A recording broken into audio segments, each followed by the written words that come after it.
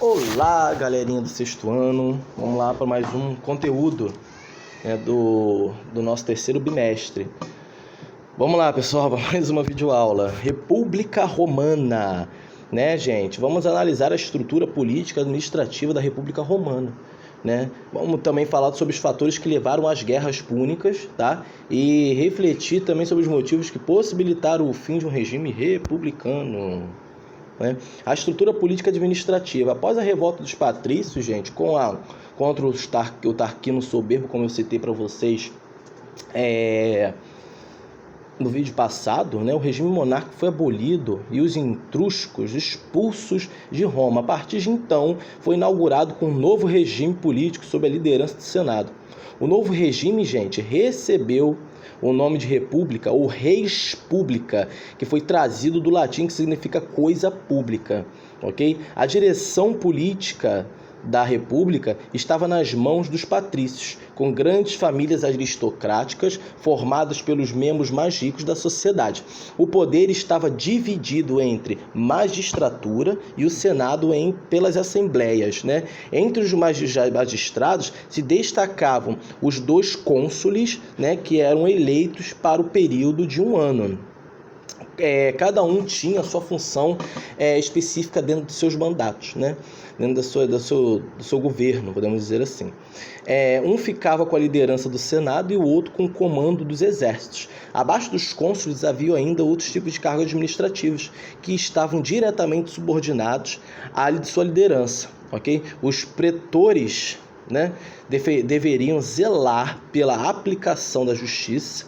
Já os questores eram responsáveis para manter a arrecadação dos impostos em dia. Os censores eram os responsáveis pela organização e aplicação do censo romano. A ação, gente, de todos esses cargos dependia da aprovação do Senado. E isso fortalecia ainda mais a importância da instituição da República Romana.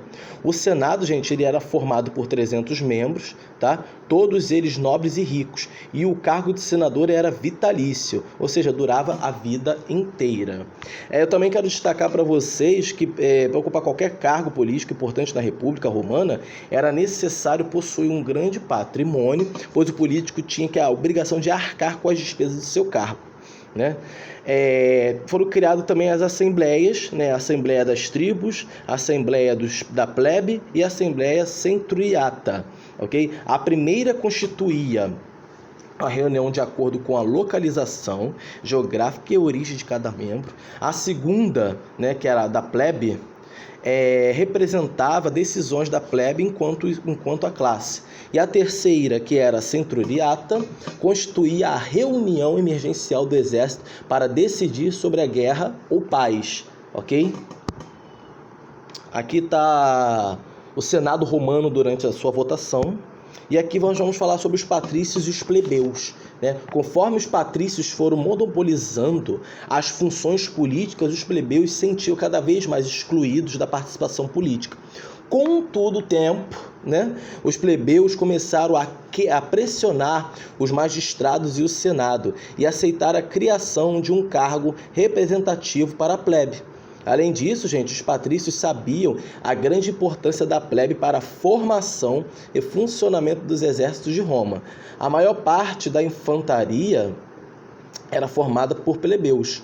Os patrícios, gente, que eram mais ricos, tinham condições financeiras, tá, para manter um equipamento militar mais caro. Entre os anos de 487 até o ano de 287 a.C., os plebeus organizaram uma série de revoltas contra o controle político da aristocracia patrícia. E dessa forma, a primeira revolta ocorreu em 494 a.C., quando os plebeus se aproveitaram de uma invasão gaulesa à cidade de Roma e se retiraram com as tropas para fora dos muros da cidade. Após negociações, o Senado resolveu ceder à pressão e aceitou a criação do Tribunato da Plebe, instituição que dava aos plebeus o poder de participação nas decisões políticas e elaboração das leis da República Romana.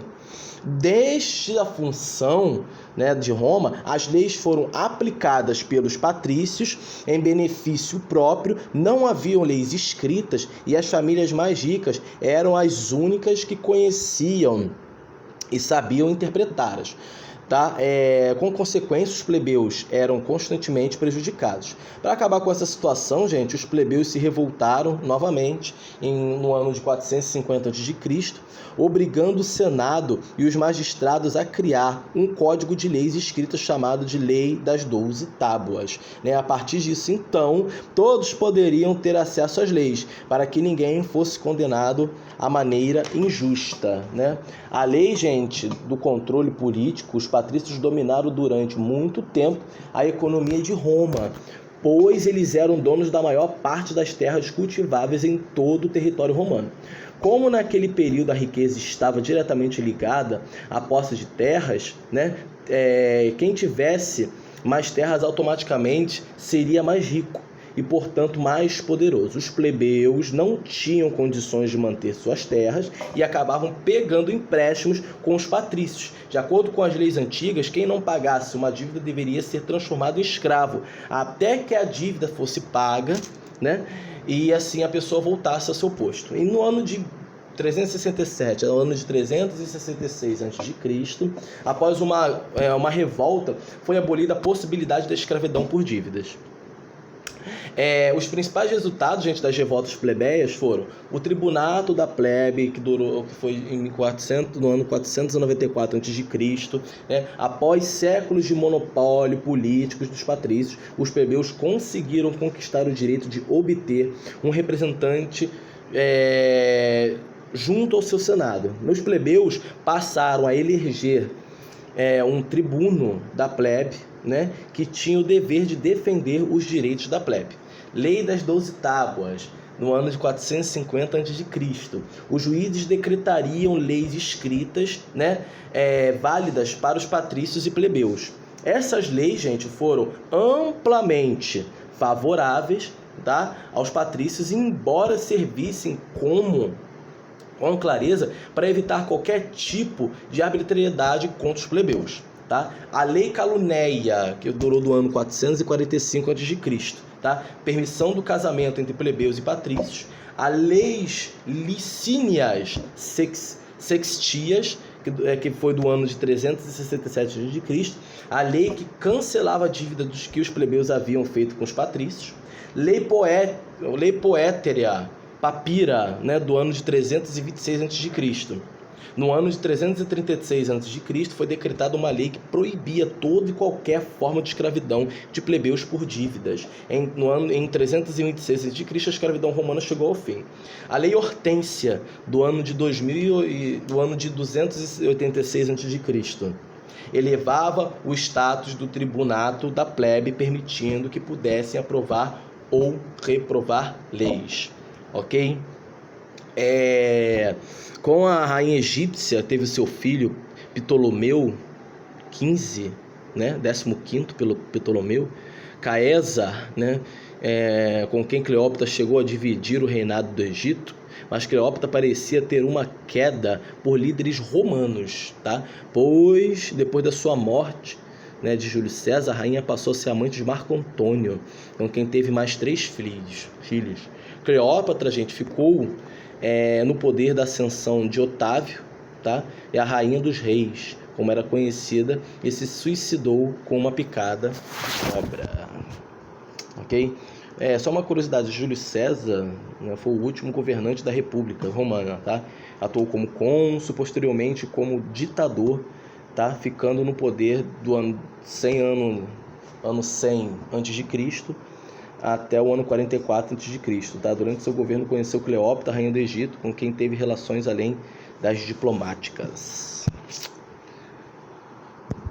Expansão territorial romana. Apesar de todas as discórdias internas entre os patrícios e os plebeus, gente, o Estado romano reuniu recursos para expandir suas fronteiras e dominar novos territórios na Península Itálica. O processo começou após a invasão gaulesa, a cidade romana, ocorrida no ano de 387 a.C., e que pôs em risco a própria existência da cidade. A partir do século V a.C., os romanos impuseram uma série de guerras contra as cidades vizinhas e, após vencê-las, transformou-as em cidades federadas, tá? Essas cidades, foram impostos, né? Foi imposto o dever de enviar determinado número de soldados do exército romano, além da obrigação de pagar pesado do século III a.C. Toda a Península Itálica já pertencia à República Romana. A expansão romana, logo ultrapassou os limites do território italiano e começou a causar incômodo entre outras cidades, e também se encontravam em processo de crescimento e afirmação. Os gregos, que possuíam colônias na Itália desde muito antes da expansão romana, tiveram que se retirar da península, tá? Ou acabaram sendo expulsos após algumas batalhas. Após as conquistas das cidades vizinhas, os romanos permitiram que os habitantes dessas cidades tiveram acesso aos cargos políticos no Senado e na magistratura, ok? Principalmente se os novos candidatos fossem das famílias mais nobres, mesmo para o cargo de tribuno da plebe, ok? Era necessário ter riqueza suficiente para sustentar as despesas dos cargos, como eu falei com vocês. Aqui está a expansão territorial e as guerras púnicas. Saiu públicas, mas é púnicas, tá, gente? Porque meu corretor, agora que eu estou vendo isso. A expansão do poderio político e militar de Roma acabou se chocando com os interesses de uma outra nova potência, né, do período, da cidade de Cartago, né, podemos dizer assim. Essa cidade havia sido fundada por fenícios e Tiro no final do século IX a.C., tá? Cartago, dentro de tão pouco tempo, transformou um poderoso império marítimo que se dominou toda a parte ocidental do Mediterrâneo, ok? Os romanos decidiram intervir, né? Os romanos decidiram intervir dentro com um conflito, né, entre uma pequena cidade itálica chamada Messina, né? E os cartagineses, essa intervenção romana deu início a uma guerra entre duas potências. As 3 guerras entre Roma e Cartago ficaram conhecidas como guerras púnicas. A primeira guerra púnica começou após a agressão da cidade de Messina pelos cartagineses, ok? E o conflito durou 23 anos, do ano de 264 a.C. ao ano de 241 a.C., tá? Os romanos obtiveram o auxílio grego para a construção de embarcações que foram fundamentais para a vitória sobre Cartago. A Segunda Guerra Púnica foi um resultado direto da primeira, durante a primeira etapa da guerra, e o líder de Cartago, Hamílcar, né, morreu lutando, e Cartago passou a ser liderada por seu genro Hasdrubal, ok? Com a ajuda de seu filho Aníbal. Hasdrubal acabou sendo vítima de um golpe e foi assassinado. Com isso, Aníbal chega ao poder e resolve se vingar dos romanos que haviam matado seu pai e destruído a sua cidade a partir do século 221 a.C. Aníbal deu início à sua investida contra os romanos, e começando pela Espanha e seguindo em direção a Roma, ok? Diante do avanço de Aníbal, ficou provada a sua profunda capacidade militar, muito superior aos generais, tá? E aos cônsules romanos. Após as sucessivas derrotas, os romanos se organizaram sob o comando público de Cornélio Cipião Africano, chamado também de Cipião Africano, e conseguiam reverter a guerra ao seu favor e vencer o Cartago, impondo mais um acordo de paz. Mesmo após 2 guerras e 2 derrotas, os romanos ainda mantinham o objetivo de derrotar Cartago definitivamente. Por isso, precisavam de apenas um motivo. Quando o governo romano tomou conhecimento disso tudo, né, a agricultura de Cartago estava se recuperando, se aproveitaram de um conflito entre Cartago e Numídia, né, para invadir e destruir o território cartaginês de vez. As consequências da guerra, gente. Para os romanos, a derrota final, definitiva de Cartago significou a destruição de sua maior rival econômica e pública. Roma saiu da guerra mais rica e mais poderosa, pois havia subtraído todas as riquezas materiais dos cartagineses, além de ter transformado boa parte da população derrotada dos escravos. Ok? Não tendo mais nenhum rival à sua altura, Roma seguiu conquistando cada vez mais territórios e, por fim, se tornou a senhora de toda a região mediterrânea. E muito importante, gente, a gente também citar, o comércio romano era completamente dependente do mar Mediterrâneo. Para Cartago, a guerra foi uma tragédia incomparável. A destruição atingiu apenas uma estrutura material, ou seja, destruiu apenas casas, monumentos, mas destruiu a própria cultura de Cartago. A decadência da República Romana.